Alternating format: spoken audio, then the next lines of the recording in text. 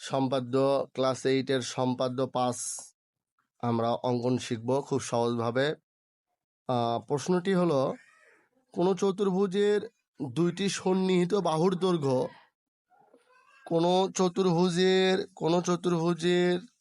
দুটি সন্নিহিত বাহুর দৈর্ঘ্য ও 3টি কোণ দেয়া আছে। চতুর্ভুজটি আঁকতে হবে। 3টি কোণ, আমরা এই 3টি কোণ অবশ্যই আমরা যে কোনো ডিগ্রিতে নিতে পারবো। আর অবশ্যই আর একটা কথা মনে রাখতে হবে, কোনো কোণটাকেই কিন্তু কি 180 ডিগ্রির বড় নেওয়া হবে না। কোনো কোণটাকেই কিন্তু 180 ডিগ্রির চাইতে বড় নেওয়া হবে না, কমই নেওয়া লাগবে। আমরা একটাকে স্থূল কোণ নিব আর দুইটাকে আমরা সূক্ষ্ম কোণ নিব। আর অবশ্যই দুটি সন্নিহিত বাহু আমরা নিয়ে নিলাম। এইটা দুটি সন্নিহিত বাহু নিচ্ছি, একটা আর একটা সন্নিহিত বাহু নিব। এর থেকে একটু ছোট নিব। আচ্ছা, অবশ্যই 3টা কোণ নিব, বলেই দিছি। একটা কোণ হচ্ছে এদিকে, আর একটা কোণ এরকম, আর একটা কোণ হলো এইদিকে এরকম। আমরা কোনটাকে এখন কত ডিগ্রিতে নিব এটা আমাদের নিজেদের ব্যাপার। আমি শুরুতেই বলছি আমরা দুইটাকে সূক্ষ্ম কোণ নিব, দুইটা আমরা সূক্ষ্ম কোণ নিব। এই যে একটা, আর একটা হলো এরকম, আর অল্প একটু বড়। আর একটাকে অবশ্যই 90 ডিগ্রি চাইতে একটু বড় নিব। 90 ডিগ্রির চাইতে একটু বড় নেব, সামান্য একটু। যেমন 100 অথবা 110 এরকম, 100 অথবা 110 এরকম। এই তো নিয়ে নিলাম। বৃত্তচাপ এটা কোনো ব্যাপার না, বৃত্তচাপ যে কোনো ভাবে দেওয়া যেতে পারে, বৃত্তচাপ যে কোনো অবস্থায় যে কোনো রকম দেওয়া যেতে পারে। তাহলে আমরা করলাম কি, এবার যে কোনো রশ্মি বি হতে একই কথা। যে কোনো রশ্মি, এই তো যে কোনো রশ্মি আঁকালাম।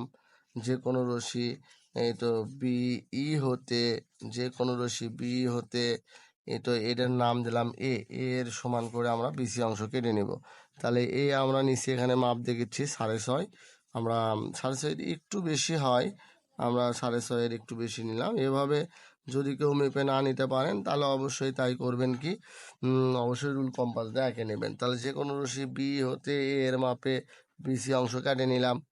এবার বি বিন্দুতে এক্স কোণের সমান করে একটা কোণ আঁকবো। বি বিন্দুতে একটা কোণ এঁকে নিব আমরা, সেটা হচ্ছে এক্স কোণ।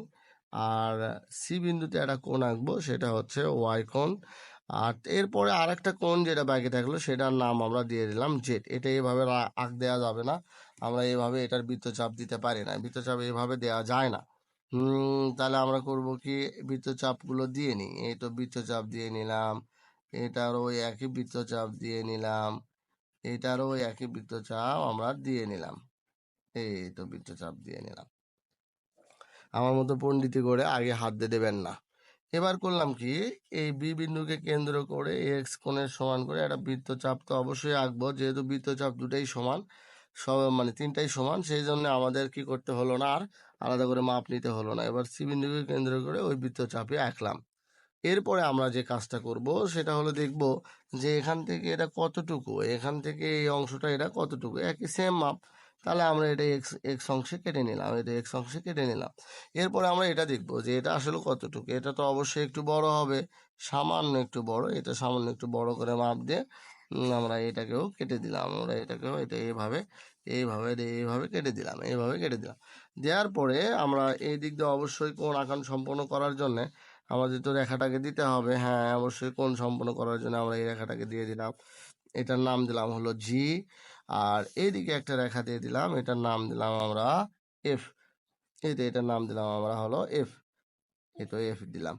এখন আমরা করব কি, এবার আমাদের যে আরেকটা বাহু আছে সেটা হলো বি। এই বি বাহুর মাপে এই তো বি বাহুটার মাপ নিয়ে নিলাম, বড় হয়ে গেল। বি বাহুর মাপে এই তো বি বাহুর মাপে বি বিন্দুকে কেন্দ্র করে বিসি অংশ থেকে আমরা এটা কাটিয়ে নিলাম। আমার বাহুটা বড় হয়ে গেছে, আমরা বাহুটাকে ছোট করে নিচ্ছি, বড় হয়ে গেছে। আমরা এটা এরকম করে ছোট করে নিলাম, আমাদের এই মাপে নিলাম, আমাদের এই মাপে আবারও দেখি এই মাপে নিয়ে আমরা এখান থেকে এদের কাটিয়ে দিলাম। তাহলে এটা কার মাপে কাটছি, এটা হলো বির মাপে কাটলাম। কোন বিন্দুতে, এটা সি বিন্দু। এটার একটা বিন্দুর নাম দিলাম, যেহেতু কাটে নিচ্ছি আমরা, যে বিজি হতে বি এর সমান করে কাটে নিলাম, আমরা বি এ অংশ কাটলাম। এবার আমাদের যে কাজ হবে, আমাদের আর একটা কোণ বাকি আছে। সেই কোণটার নাম কি ছিল? জেড। সেই কোণটার নাম কি ছিল? জেড। আমরা এটাকে কেন্দ্র করে আর এইটুকুর মাপ নিব আগে। এটাকে কেন্দ্র করে অবশ্যই এইটুকুর মাপ আগে নিব। এই তো এখানে দেখা যাচ্ছে, এইটুকুর মাপ নিয়ে এ বিন্দুকে কেন্দ্র করে এ পাশে একটা অবশ্যই বৃত্তচাপ আঁকবো। এই তো আঁকলাম। এঁকে নিলাম, এ পাশে বৃত্তচাপটা এঁকে নিলাম। নিছি না? হ্যাঁ, অবশ্যই। এঁকে নেওয়ার পরে যেভাবে আঁকতে হয় আমরা সেভাবে আঁকে নিলাম। নেয়ার পরে আমরা যে কাজটা করব, অবশ্যই ওই যে বলা আছে যে এখান থেকে এইটুকুর মাপ তো নিতে হয়, এইটুকুর মাপ, এইটুকুর মাপ নিতে হয়। আমরা ওইটুকুর মাপ নিয়ে এই বিন্দুকে কেন্দ্র করে এইটুকু কেটে নিলাম, কেটে নিলাম। নেয়ার পরে যে বৃত্তচাপ দ্বয় যে বিন্দুতে সেট করলো, এবার ওই এই বিন্দুতে আমরা রেখা টানবো। এই বিন্দু দিয়ে আমরা এই বিন্দু আর এই বিন্দু দিয়ে যদি রেখা টানি, তাহলে অবশ্যই রেখাটা অবশ্যই যে কোনো একটা জায়গায়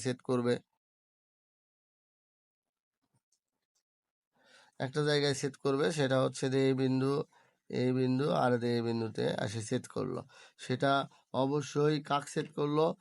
সি এফ কে যে বিন্দুতে সেট করলো সেই বিন্দুর নাম আমরা দিলাম ডি। তাহলে আমরা কিন্তু অনায়াসেই বলতে পারি যে কি হলো,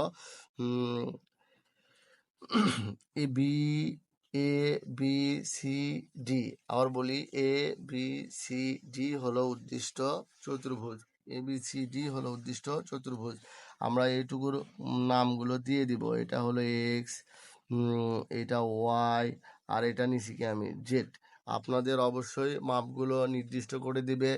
আপনারা ওই নির্দিষ্ট মাপে নির্দিষ্ট অংশ নির্দিষ্ট নিয়ম অনুসারে কেটে নিয়ে চিত্রগুলো আঁকান কমপ্লিট করবেন। এর কারণ চিত্রর মাপে